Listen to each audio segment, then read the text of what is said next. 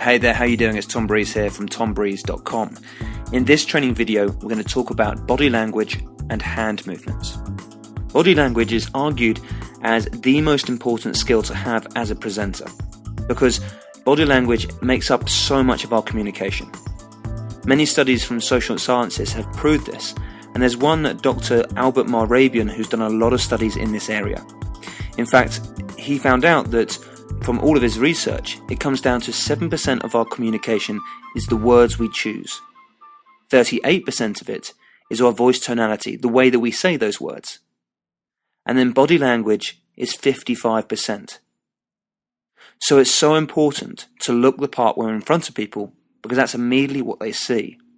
Look, they judge us from the moment we stand up. And if we can look the part and move in the right way, then of course they're instantly going to give us that credibility. And as a result, we'll be seen as an authority in our subject. Okay, as you can see, in this first image, this is what we call the confident stance, or the neutral stance. I like to stand in this way at the start of my presentation because I know that I can't look anxious in this position. Whatever movements I make, I know I look confident. I can't move my hands, I can't look awkward. From that position there, I look very confident. And what I'm doing is I'm standing with my feet about hip width apart. I then raise my chest ever so slightly, not too much so we look like a bouncer on a door of a nightclub, but more of a case of just getting it to where it feels comfortable. And then with our hands, we just clasp them together in front. And from here you look very, very confident. People instantly perceive that. And the thing is, I'm sure that you can remember being at school and having some teachers that instantly demanded our attention, and we became quiet as soon as they walked into that classroom. Some teachers, however, we found that we just carried on speaking when they entered the room and told us to be quiet. And this came down to a lot of body language, the way that they communicated to us. And this is exactly what you need to do when you're in front of your audience. Okay, let's move on to the next image. So in this next image, I'm doing what we call the plicator movement. Here I'm opening out my hands, and this is a great movement if you want your audience to think for themselves. You would do this movement and maybe even raise your eyebrows, as you might be able to see as well. And it makes your audience want to agree with you, but it also makes them think for themselves in terms of if you ask them a question, they're going to want to deliver an answer for you as well. This is a great way of getting an interaction with your audiences. Yes or no questions at this point are very, very effective. I'll use this at the very start of my presentation, typically in the why section of the format system, because you're going to find that your audience will agree with you, and then you have them engaged from the very beginning. Okay, let's move on to the next image. This next image is the leveler movement. Here you are putting your hands down, and you're pushing information down basically. And as a result, you'll find that no one questions what you are saying. This is a very, very effective tool and technique to use, and you'll find that your audience will instantly listen to what you have to say. Okay, so in this next image, I'm now doing what we call the thinker movement. This is where you would raise one hand to your face, and this is perfect when people ask you questions, or if you want to look like you're thinking when you're on stage. Now, sometimes when it comes to questions and answers, people will ask you the most obvious questions in the world, and we'll find it very frustrating.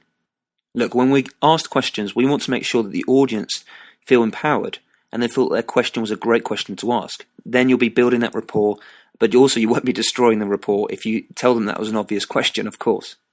So what you need to do is when people ask you questions, the thinker movement is a useful movement, because it looks like you're thinking on the spot, and then when you deliver your answer, if you do it in a confident manner, people are going to be wowed by your performances. Okay, let's move on to the next image. And in this image, I'm doing the Joker movement. The Joker movement is a fantastic movement to make sure your audience laugh at the right points, but use it with care. I mean, I'm obviously exaggerating the movement here just for this video so you can see exactly what you need to do, and at the same time think about what you're saying and when you would include this movement. What you need to do is throw your arms all over the place and make sure you stick out your belly as well. It's just a funny pose and your audience is going to laugh at that moment. Here I was probably recalling a story that was funny, and therefore that's a great way of indicating to your audience now's the time to laugh. You'll find they will laugh at that point. Great. So now we're going to move on to the last image here, and this is the hands up movement. Now, it's not necessarily a movement that you would use in every presentation, of course not, but it's a movement that you can use to get buy-in from the audience. And I typically use hands up when I have larger audiences, normally about 20 plus. If you ask your audiences a question and raise your hand, then they're going to raise their hand as well, as long as they agree with you. So make sure if you do use hands up movements, you ask questions that are obvious and no-brainers to respond to you with. So what you do is you ask your yes response question, you raise your hand, you wait for the audience members to raise their hands as well, and then you lower your hand. Now from the image it's not that clear, but I'm actually standing on tiptoes and I'm raising my eyebrows. And this is just to ensure that your audiences will respond. The more emphasis you can put on your hand up, the better, because they'll know to respond at that moment. Okay, so there's some movements for you to concentrate on for now. See where you can add them into your presentations.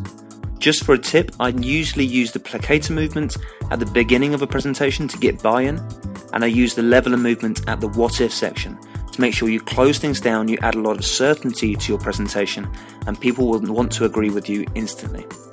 So go and use these, go and implement them, practice them, and I look forward to speaking to you soon. Thanks very much.